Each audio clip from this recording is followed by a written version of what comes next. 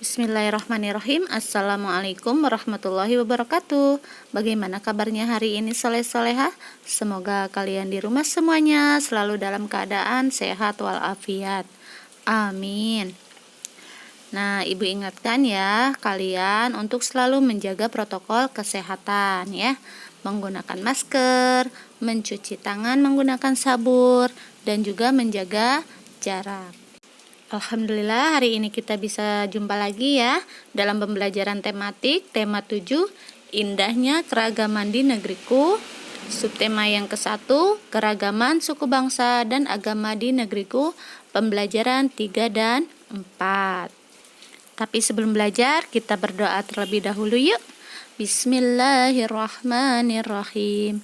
Allahumma inni as'aluka ilman nafi'an wa rizqan thayyiban wa amalan mutaqabbalan. Amin. Coba kalian perhatikan gambar peta Indonesia berikut ya yang ada di halaman 20. Di pulau manakah kalian tinggal?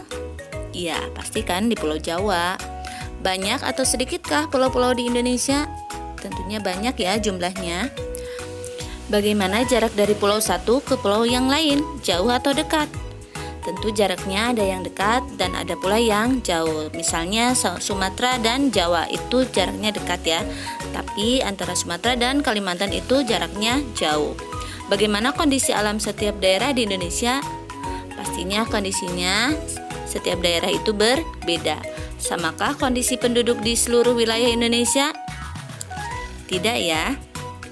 Karena kondisi wilayah yang berbeda antara pulau-pulau di Indonesia, maka terdapat berbagai keragaman di Indonesia seperti keragaman suku, agama, bahasa, budaya, dan yang lainnya. Nah, itu semua merupakan kekayaan yang telah Allah kasih ya atau anugerahkan bagi bangsa Indonesia yang patut kita syukuri. Nah, berikut adalah faktor penyebab keragaman masyarakat di Indonesia di halaman 22 dan 23. Yuk kita baca bersama-sama. Faktor penyebab keragaman masyarakat Indonesia antara lain yang pertama, letak strategis wilayah Indonesia. Letak Indonesia sangat strategis yaitu berada di antara Samudra Hindia dan Samudra Pasifik. Indonesia juga berada di antara benua Asia dan benua Australia. Letak strategis tersebut menjadikan Indonesia berada di tengah-tengah lalu lintas perdagangan. Para pedagang dari berbagai negara datang ke Indonesia. Mereka membawa agama, adat istiadat, dan kebudayaan dari negaranya. Banyak pendatang menyebarkan agama, adat istiadat, dan kebudayaan negaranya, baik dengan sengaja maupun tidak sengaja. Yang kedua yaitu faktor negara kepulauan. Keadaan geografis Indonesia merupakan wilayah kepulauan yang terdiri atas 13.466 pulau. Banyaknya pulau di Indonesia menyebabkan penduduk yang menempati satu pulau atau sebagian dari satu pulau tumbuh menjadi kesatuan suku bangsa. Tiap-tiap suku bangsa memiliki budaya sendiri. Oleh karena itu, di Indonesia ada banyak suku bangsa dengan budaya yang berbeda-beda. Faktor yang ketiga yaitu perbedaan kondisi alam. Negara Indonesia sangat luas dan terdiri atas 13.466 pulau. Tiap-tiap pulau dibatasi oleh lautan. Selain itu, Indonesia merupakan negara vulkanis dengan banyak pegunungan, baik gunung berapi maupun gunung bukan berapi. Keadaan alam Indonesia tersebut mempengaruhi keanekaragaman masyarakatnya. Kehidupan masyarakat pantai berbeda dengan kehidupan masyarakat pegunungan. Masyarakat pantai lebih banyak memanfaatkan laut untuk mempertahankan hidupnya, yaitu dengan menjadi nelayan. Sebaliknya, masyarakat yang tinggal di lereng pegunungan memiliki upaya sendiri untuk mempertahankan hidupnya. Mereka lebih memilih mata pencaharian yang berkaitan dengan relief alam pegunungan, misalnya sebagai peternak atau petani sayur. Bagaimana dengan masyarakat yang tinggal di kota? Nah, masyarakat yang tinggal di kota tentu tidak akan menjadi nelayan ya. Masyarakat kota cenderung untuk membuka usaha, bekerja di kantor, atau bekerja di pabrik. Faktor yang keempat yaitu keadaan transportasi dan komunikasi. Kemajuan dan keterbatasan sarana, transportasi, dan komunikasi dapat mempengaruhi perbedaan masyarakat Indonesia. Kemudahan sarana transportasi dan komunikasi memudahkan masyarakat berhubungan dengan masyarakat lain. Sebaliknya, sarana yang terbatas akan menyulitkan masyarakat dalam berhubungan dan berkomunikasi dengan masyarakat lain. Kondisi ini menjadi penyebab keragaman masyarakat Indonesia. Dan faktor yang kelima yaitu penerimaan masyarakat terhadap perubahan. Keterbukaan masyarakat terhadap sesuatu yang baru, baik yang datang dari dalam maupun luar masyarakat, membawa pengaruh terhadap perbedaan masyarakat di Indonesia. Masyarakat perkotaan relatif mudah menerima orang asing atau budaya lain. Sebaliknya, masyarakat pedalaman sebagian besar sulit menerima sesuatu yang baru. Mereka tetap bertahan pada budaya sendiri dan sulit menerima budaya luar. Karena faktor tersebut, maka banyak keragaman suku bangsa di Indonesia ya. Berikut adalah daftar persebaran suku bangsa di seluruh provinsi yang ada di Indonesia. Atau kalian bisa baca di halaman 25 dan 26.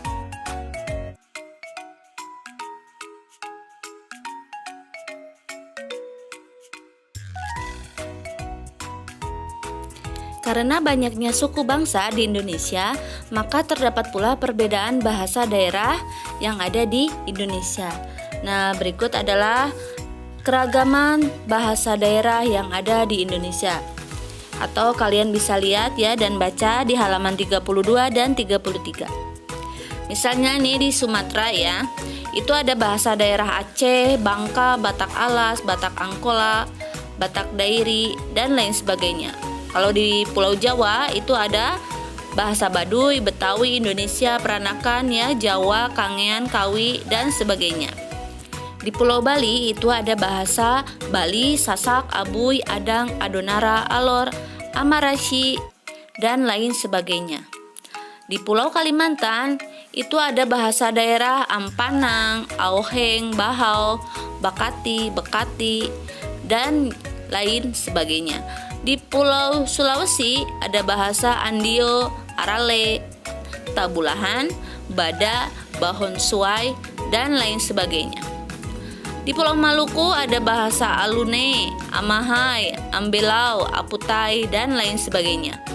Di Pulau Papua ada bahasa Abrab, Agu, Airoran, Airo, Aki, Akwakai, Ambai, Among, dan sebagainya. Nah, meskipun terdapat keragaman bahasa daerah di Indonesia, tetapi kita mempunyai bahasa persatuan, yaitu bahasa Indonesia.